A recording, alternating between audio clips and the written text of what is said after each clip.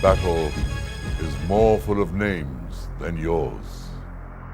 Our men more perfect in the use of arms. Our armor all as strong. Our cause the best. Then reason wills our hearts should be as good. My name is Kabir Bedi, and though I have been quoting Shakespeare, those lines do epitomize the call to war for a nation dedicated to peace. Unfortunately, war is sometimes a sad necessity. When war defines victory of good over evil, of right over wrong, then much glory is attached to the act of winning and defeating one's enemies. It's with such thoughts that I welcome you to our series on the wars that India had to fight to safeguard her borders and sovereignty.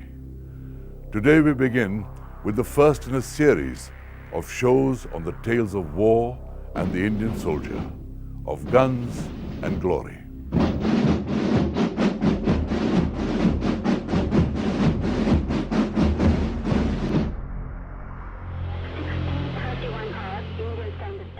On 16th December 1971, at around 4:30 p.m. Indian Standard Time, Lieutenant General Amir Abdullah Khan Niazi, Martial Law Administrator and Commander of the Eastern Command, Pakistan, attached his signature to a one-page document.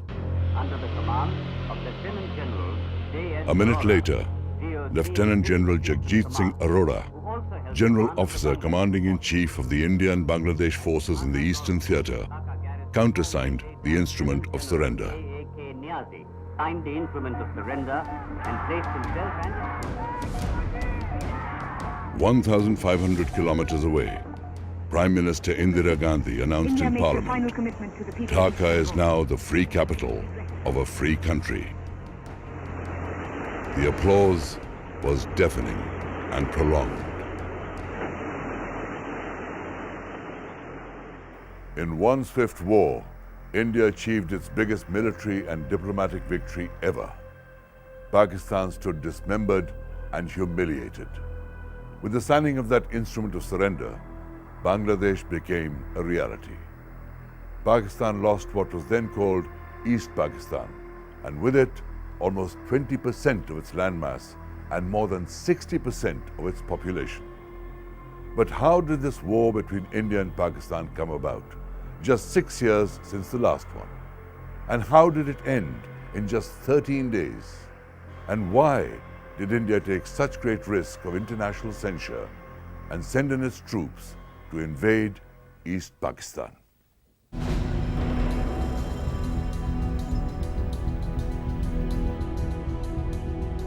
By the end of April 1971, violence and genocide in East Pakistan had driven an estimated 10 million refugees into India. The situation was proving an immense strain on the fledgling Indian economy, and all indications anticipated that millions of others were ready to cross over. In Islamabad, the military dictator General Yahya Khan refused to acknowledge that East Pakistani citizens were fleeing to India by the millions. These people who you saw were not refugees from East Pakistan. I can arrange a lot of influx of refugees into Pakistan. If you'd like to come with me to East Pakistan, I'll show you how they're coming from India. But they're not coming in, nor are my refugees going back to India. Despite India's own difficulties, the East Pakistanis were accommodated in refugee camps and provided with food and shelter. Meanwhile, in East Pakistan, the local population was up in arms against their military and the administration. They were being brutally subjugated by the Pakistani army.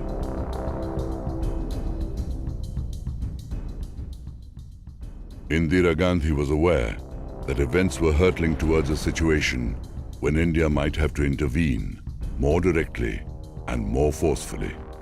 I don't think we can shut our eyes to the situation in a neighboring state.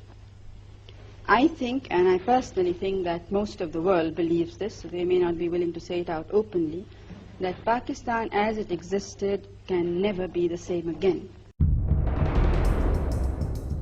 Ever since its creation in 1947, Pakistan had been plagued by the imbalance of its two parts.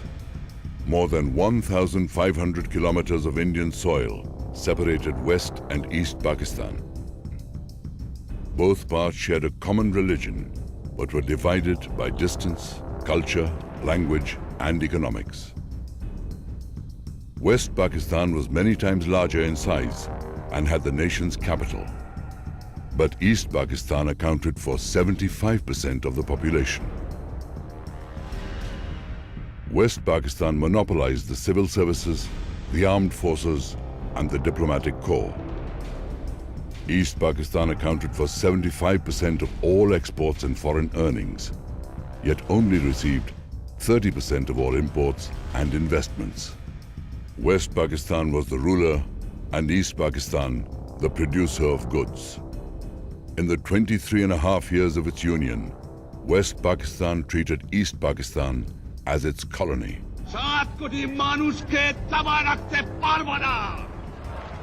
Then in 1970, Sheikh Mujibur Rahman won the first near-free elections in almost 2 decades.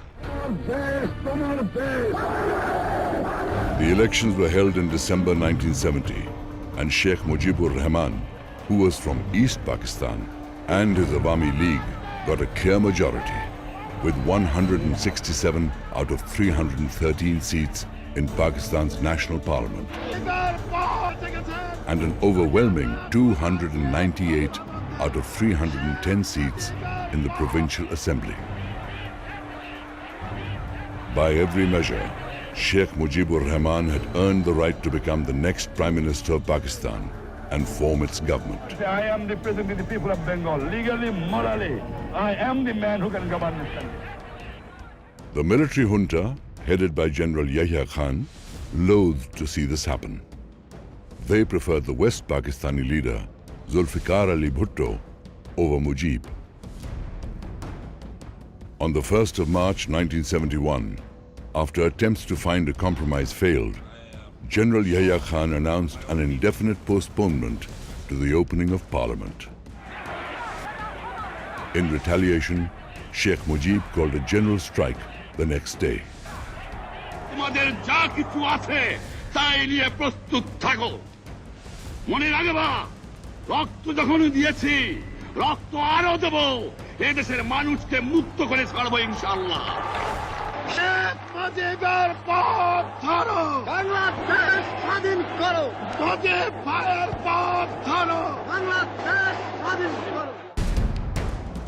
Riots followed, and some Bengali units of the Pakistani army mutinied.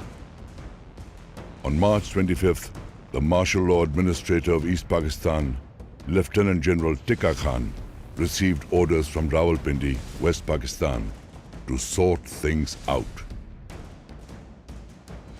The same night, Sheikh Mujibur Rahman was arrested and sent off to a secret location, and the Pakistani army began a large-scale and brutal crackdown targeting Awami League leaders and the Bengali intelligentsia. The refugees started coming in, and government of India was enough with these refugees. Mr. Gandhi then took a decision that we must help the freedom fighters and help the people of Bangladesh, and that is how we got involved. India began to provide political, diplomatic, and moral support to the Mukti Bahini, the guerrilla force that began covert operations against the Pakistani army. Bengali troops in the East Pakistan army mutinied and deserted in large numbers to join the Mukti Bahini. Indira Gandhi told General Manekshaw to prepare for war, while she launched a diplomatic campaign to create awareness about the situation in East Pakistan. During the summer of 1971, Mrs. Gandhi toured world capitals, telling the international community to intervene in Pakistan to end its continuing atrocities. But America and its Western allies remained aloof, and the Soviet bloc, which backed India, did not have much influence over Pakistan. In 1971, when the monsoons hit East Pakistan, all plans for offensive action on the ground were halted. The rivers of Bengal were in spate, and at places, They were flowing 5 to 6 kilometers wide. Every drain, rivulet and field was overflowing. But still, the preparations for battle continued at breakneck speed on both sides because war had become inevitable. So we moved 30,000 tons of stores to Tripura alone. So we have built up the infrastructure and the logistics during the monsoon. So when the wars did start, we did not look back. Against there a few artillery pieces. You can say around Tripura there were more than 80 big artillery cannons deployed by the Indian Army all along the border of Tripura.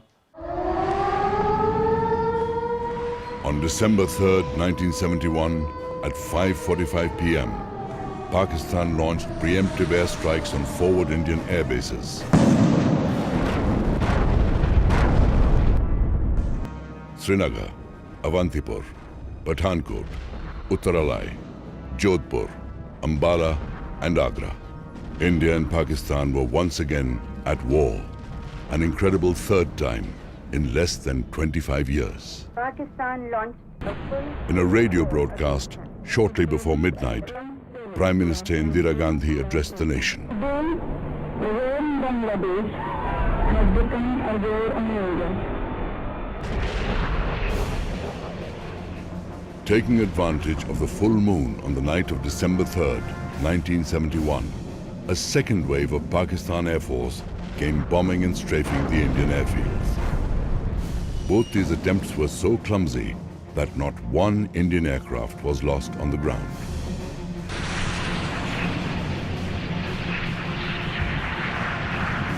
The Indian Air Force retaliated fiercely. While the Pakistani planes were still on their way back, Canberra bombers from Agra took off to bomb Pakistani targets. The IAF attacked Chanderi, Shorkot, Sargoda, Muri, Mianwali, Masroor near Karachi, Risalwala in Rawalpindi, and Changamanga in Lahore. The IAF relentlessly mounted an ever-increasing number of sorties over both West and East Pakistan. By the time the war was nearing its end, the IAF was flying 500 sorties a day, the highest number of air attacks since the Second World War. Hunters had been brought in 56, 57. They were also available to us. Nats were available to us, and more importantly, MiG-21, which had come in 61, 62, were now fully operational, and we had a very large number of MiG-21s. In 1971, the Nat fighters of the Indian Air Force found for themselves a permanent spot in the glorious annals of air warfare.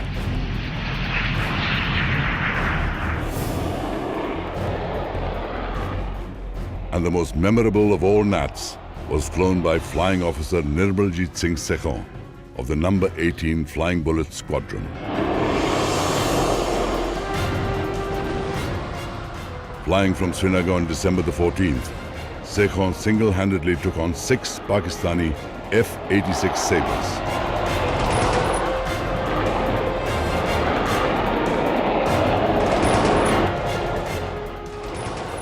With exceptional bravery, he engaged them all single-handedly and scored hits on 2 of them. The nation's highest gallantry award, the Paramveer Chakra, was posthumously awarded to Flying Officer Sekhon. The war officially began on 3rd December 1971, when Pakistan carried out its preemptive strikes against India. But even if Pakistan had not struck, war would have broken out the next day.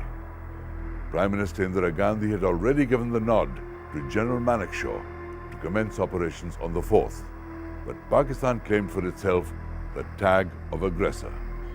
War was inevitable. Both countries had been preparing for months. While their armies stood eyeball to eyeball in the western sector, there were constant skirmishes that escalated into all-out battles in the east. Village Garibpur lay on the highway that went to Jessore, an important and strategic town in East Pakistan. In mid-November 1971, to stop the atrocities of the East Pakistan Army in the region, the 14 Punjab Battalion moved to occupy the village. They were supported by air, artillery, and a tank squadron with 14 PT-76 tanks. To evict the Indians, East Pakistan's 107 Infantry Brigade launched a massive attack on the night of November 21st. Indian advance positions heard the tanks coming through the winter fog and reported their exact locations to Command Central. 3,000 yards you'll find on the port and starboard side. For the entire night, the battle raged between the East Pakistani Brigade, which was much larger in numbers than the sole Indian battalion. Around 8:30 in the morning, when the sun broke through the mist, 11 destroyed and 3 abandoned Pakistani tanks became visible. One of the reasons that the war in the East was short and sweet for India was that the Pakistani army was very low in morale when they went into battle. There were many reasons for the low fighting spirit of the Pakistani army, but one of them certainly was the Battle of Garibpur. East Pakistan was one of the most difficult terrains in which to wage a war. There was a river, stream or nullah to cross every few kilometers. India's near-obsolete PT-76 amphibious tanks proved very useful as the Indian Army began the invasion of East Pakistan on the 4th of December, 1971. Crossing wet, soggy terrains, the wide deck of the PT-76 could accommodate a 12-man squad, and a platoon could be crammed aboard if the crossing was uncontested.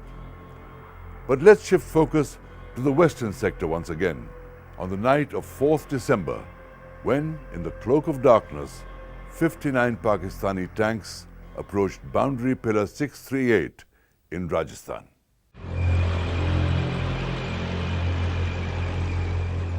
Boundary Pillar 638 marked the international border between India and West Pakistan, close to a small hamlet called Longewala in the Thar Desert. On the night of 4th-5th December, a forward patrol at the border heard noises of a major movement of armor. In Longewala, there was only a single company, the 23 Punjab Regiment, under the command of Major Chandpuri. When Major Chandpuri was informed of the movement of heavy armor in his direction, he sent urgent messages to his battalion headquarters for reinforcement and support. But in the meantime, he positioned his men to stop the advancing Pakistanis at any cost. At 4:30 a.m. on December the 5th began the famous Battle of Longewala, where a single company of the Indian Army held back the West Pakistan Army with its Chinese-built T-59 tanks of the 22nd Cavalry and a squadron of US-built Sherman tanks. Behind the tanks came Pakistan's 20th Frontier Force Battalion. Within the first few minutes, the Indian Army scored a direct hit on one T-59 tank and a Pakistan Army jeep carrying a senior officer. The Pakistani advance paused, regrouped, then began to move forward again. Major Chandpuri's men fought with valor and against immense odds and kept the West Pakistan Army from overrunning Longewala. Tank after tank was stopped in its tracks because of the bravery of the men of 23 Punjab.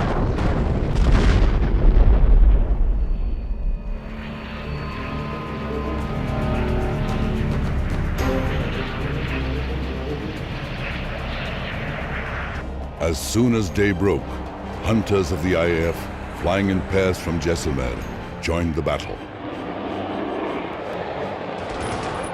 The first pair took care of 6 Pakistani tanks.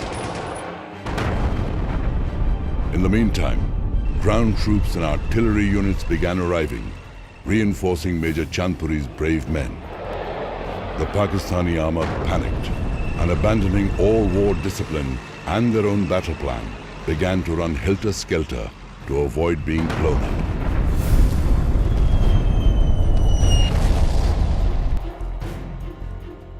By midday of 5th December, the Battle of Longewala was all but over. The remaining Pakistani forces limped back across the border, with only 8 of their battle tanks in functioning order. Spread across the desert battleground of Longewala lay the 51 other tanks they had come with, in the hope of attacking Jaisalmer.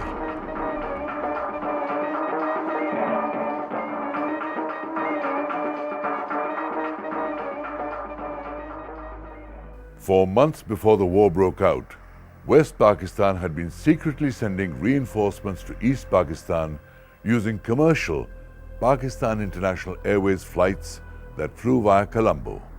Entire divisions of the Pakistan Army were sent on these commercial flights. Heavy equipment was transported by ship. But then something strange happened. In November, Indian listening posts along the coast picked up chatter from the submarine PNS Ghazi as it was laying mines in the Bay of Bengal.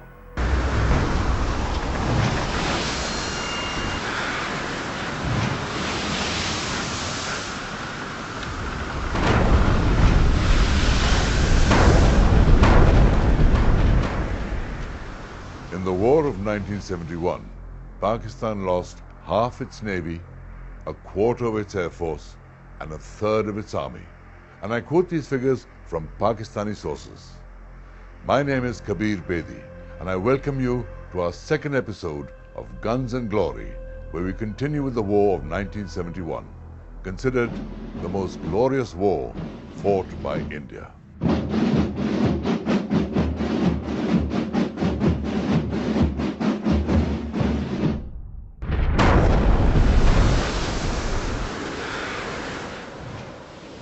When war was declared between the two countries, PNS Ghazi, the most advanced submarine in the Pakistani Navy, was stealthily laying mines at the entrance to Visakhapatnam harbour. In the late evening of 3rd December, picking up the propeller noise of 2 Indian patrol boats, the Ghazi fled the scene, only to return after midnight to meet its doom when it felt the coast was clear. When PNS Ghazi returned, in a haste to complete the task, she probably went over the mines that she had earlier laid herself.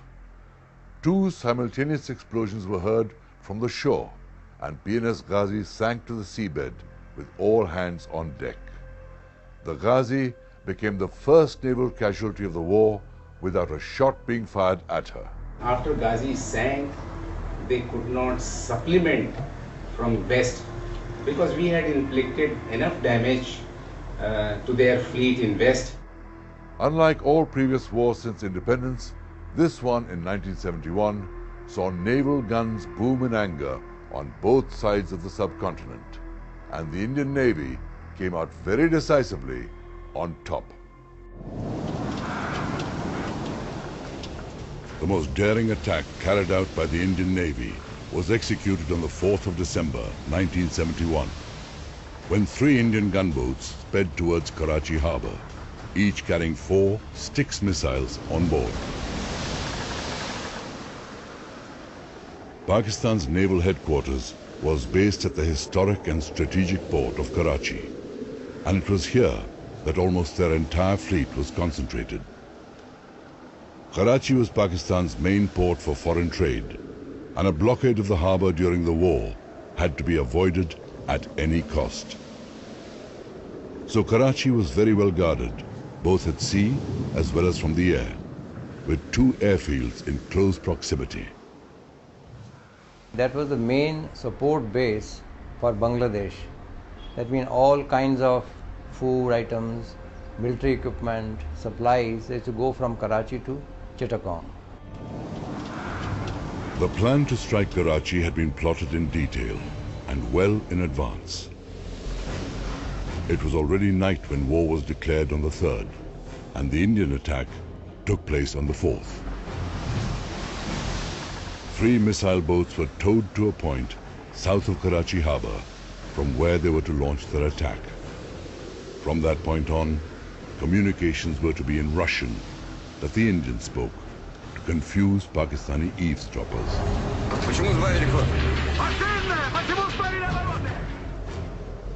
INS Nipat, INS Nirghat and INS Veer were the 3 missile boats that devastated Karachi harbour and broke the morale of the Pakistani Navy beyond repair.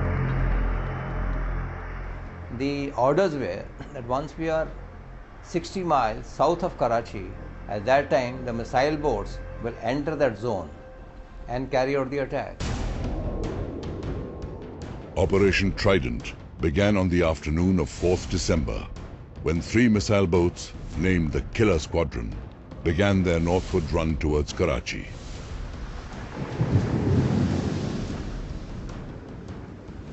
Halfway to the target, an oiler, INS Poshak, waited to refuel the 3 missile boats.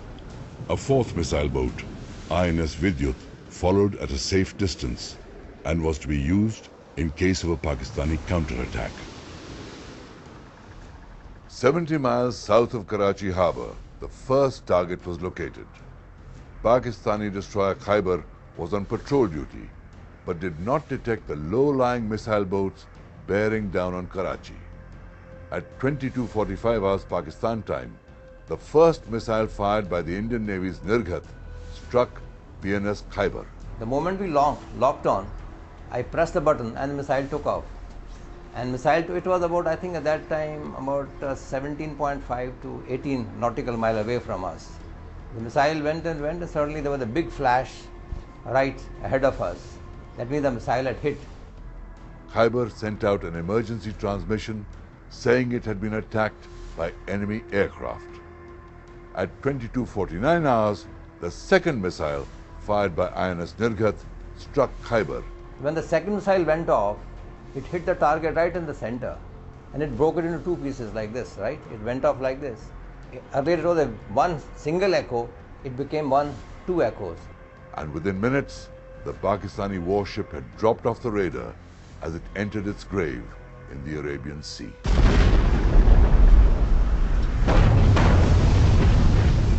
A few minutes after the strike on Khyber, the second missile boat, INS Nipat, saw a target in its range and launched a missile. When this missile struck its target, merchant ship Venus Challenger, 26 miles south of Karachi, a huge explosion took place on board. The ship broke into 2 and sank within 8 minutes. It was later established that this merchant vessel was being used to bring huge amounts of US ammunition from Saigon in South Vietnam. The second missile, fired by INS Nipat, struck the Pakistani destroyer PNS Shah Jahan, crippling it beyond repair. Ship called, another battle destroyer called Shah Jahan, so she was damaged, right, and not sunk. The third missile boat was fast approaching Karachi. About 30 miles from the harbour, it saw the minesweeper PNS Mohafiz in range and fired a missile at it. At 23:05 Pakistan time, the Indian Styx missile struck Mohafiz and destroyed it. The minesweeper didn't even get time to send out a distress signal.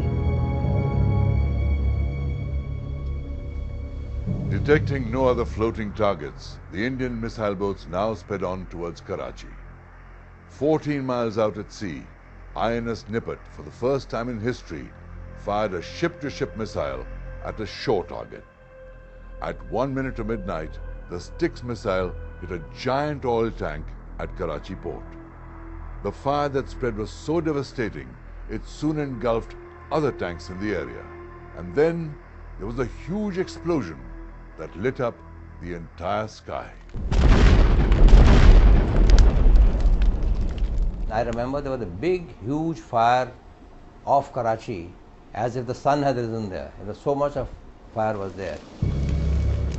As Karachi burned, the Indian Navy broke radio silence to transmit just one word: Angar.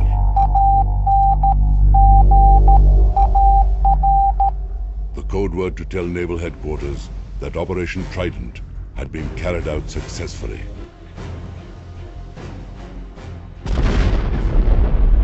On the night of 8th December 1971, the Indian Navy hit Karachi once again, this time with just one missile boat, accompanied by 2 frigates.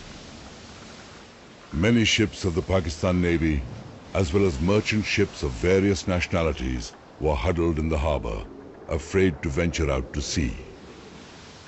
At 11 p.m. Pakistan time, 12 miles out at sea, INS Vinash fired her entire load of 4 Styx missiles at Karachi.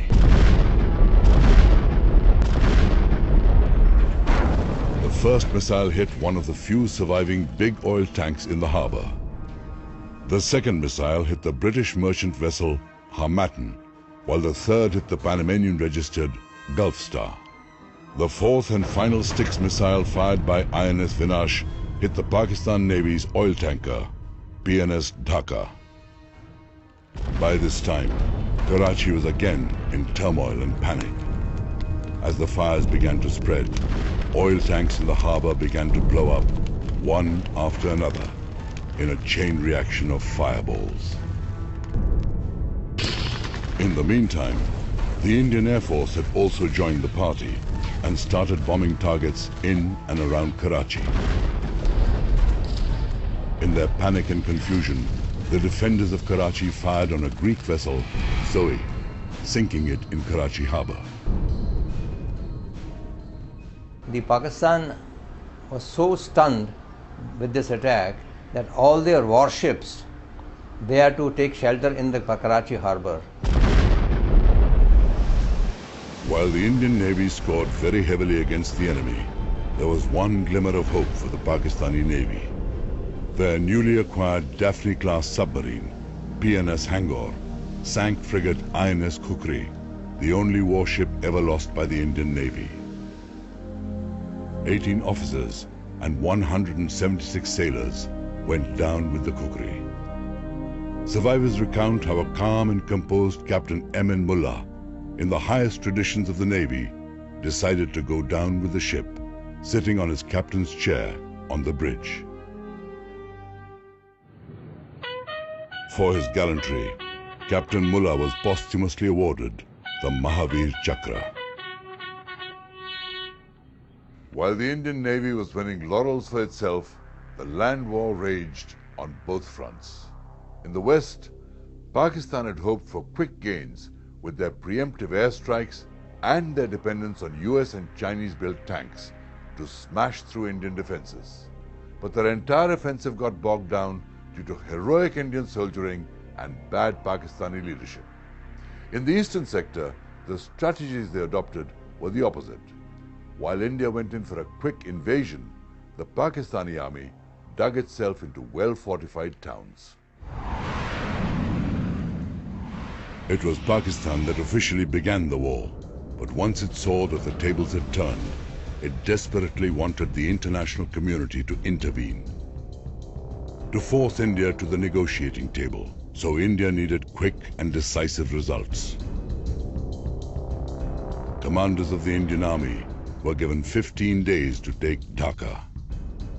We did not capture Chittagong nor Khulna, but went straight for Dhaka, bypassing all the towns.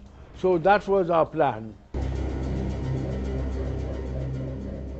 The task became easier because Mukti Bahini fighters and their Indian trainers and advisors had been constantly chipping away at the Pakistani army in East Pakistan.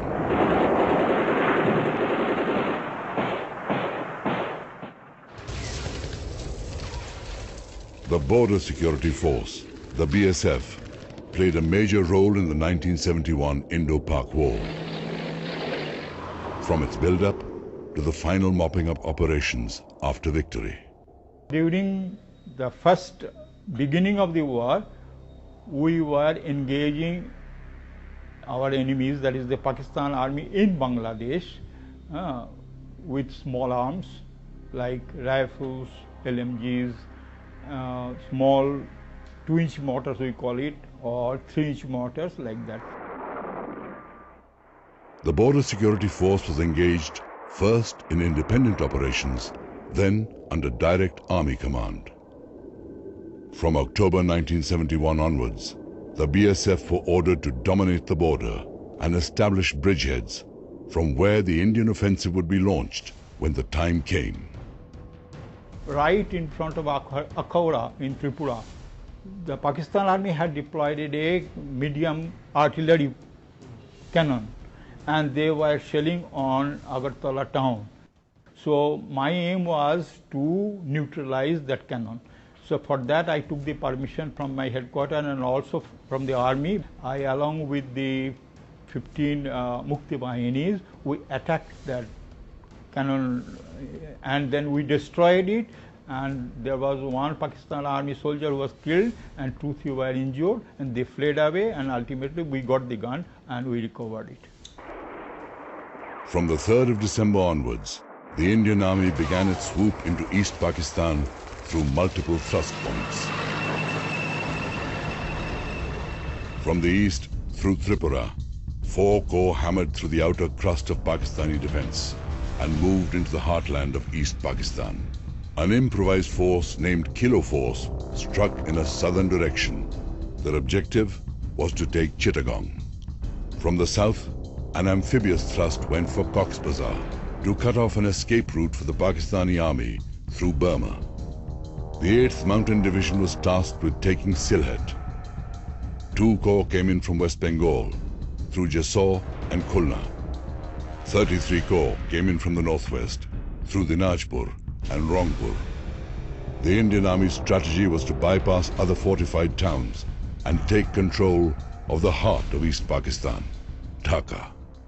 The war was going in India's favor when Soviet intelligence reported that a British naval group led by the aircraft carrier Eagle had moved closer to Indian territorial waters.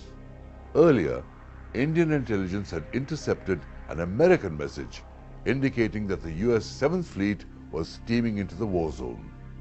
India did not panic. In 1970, it had signed a treaty with the Soviet Union.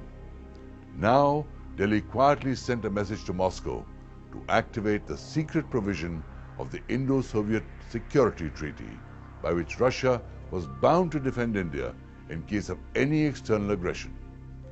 In an interview to a Russian TV program after his retirement, Admiral Krugliakov, who commanded the Pacific Fleet from 1970 to 1975, said that Moscow had ordered Russian ships to prevent American and British ships from getting close to Indian military objects. When the war began, India's only aircraft carrier, the refitted Second World War vintage INS Vikrant, was undergoing maintenance. It was quickly repaired and pushed into active duty. Based out of the Andamans, the INS Vikrant Task Force, made up of the aircraft carrier and 3 frigates, was deployed in the Bay of Bengal. Their directive was to establish a zone of command, so there was no outside interference to the war in East Pakistan.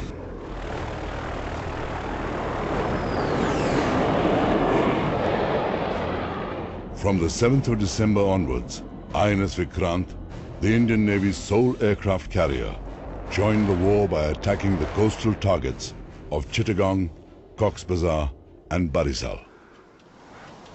The task force captured about 40 foreign and Pakistani ships, which were taking reinforcements and supplies to the Pakistani army in the east. Alarmingly, on 15 December, it was reported that the American aircraft carrier, USS Enterprise, leading a nuclear task force, had entered the bay. The 7th Fleet crossed Malacca Strait on 14th of December. And on 15th December, she was already there in Bay of Bengal. For the entire night between the 15th and 16th of December, INS Vikrant and its 3 accompanying frigates patrolled the area south of Chittagong, waiting to intercept the far superior US naval force. At the last minute, the USS Enterprise changed course. America seemed to have decided it did not want to join the conflict. But unknown to all, a Soviet nuclear submarine had entered the Bay of Bengal and was stealthily keeping a watch on what the Americans were up to. We had a secret treaty with Russians that they would come and help us in case of such crisis. So their submarine fleet was already operating in Bay of Bengal in large number, and the Russians gave some indication that we are already there, friend. That is the time the Americans, their gun diplomacy failed and they went back from there. On 11th December, a para-battalion was airdropped at Tangel, near Dhaka, in daylight. The unit was flown in by waves of IAF transport aircraft in full view of those on the ground. The Indians were mobbed by the local population, who went wild with jubilation.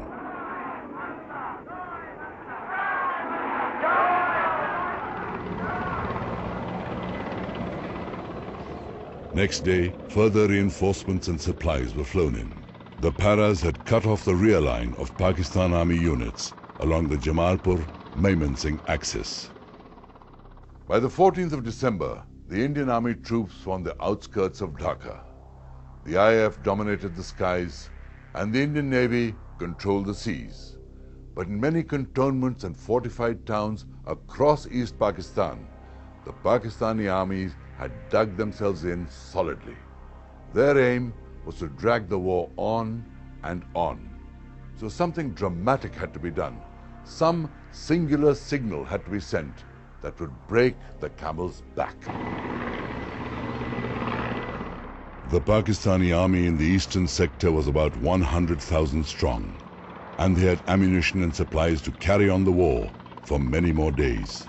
But early on the 14th of December, the Mukti Bahini relayed intelligence about an important meeting scheduled in the governor's house that very morning.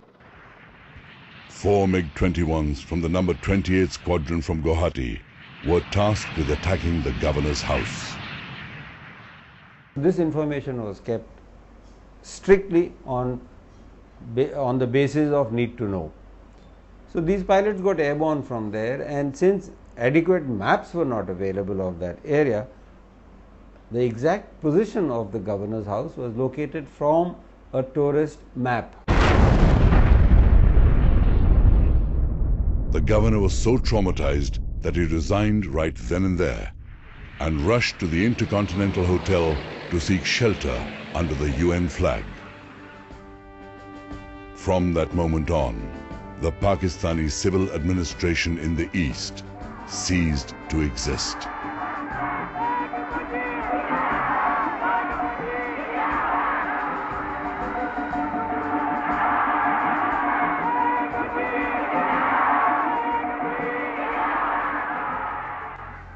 On 14th December itself, General Niazi sent word to Pakistan's American friends that his Eastern Army was ready to surrender. But Washington sat on that message for 19 hours before passing on the message to the Indians.